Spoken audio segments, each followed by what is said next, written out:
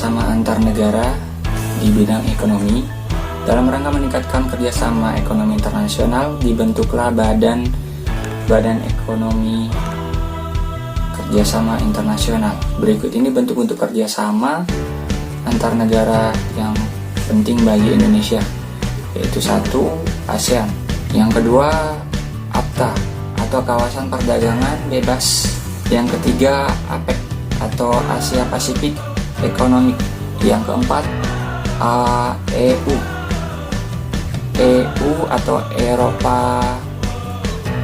European Union, yang kelima EFTA atau European Free Trade Area, yang keenam ADB atau Asia Development Bank.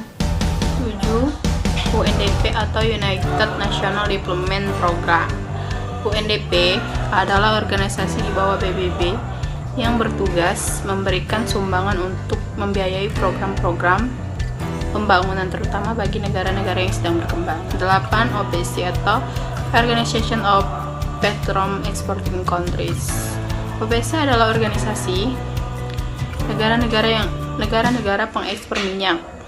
IMF didirikan dengan beberapa tujuan sebagai berikut: A. Meningkatkan kerjasama keuangan atau moneter internasional dan memperlancar pertumbuhan perdagangan internasional yang berimbang.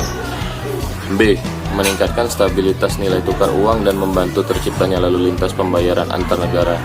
C. Menyediakan dana bantuan bagi negara anggota yang mengalami defisit yang bersifat sementara dalam neraca pembayaran. International Finance Corporation (IFC) merupakan bagian dari Bank Dunia. IFC bertugas memberikan bantuan modal kepada pengusaha-pengusaha swasta yang dijamin pemerintahannya, serta membantu mengalirkan investasi luar negeri ke negara-negara sedang berkembang.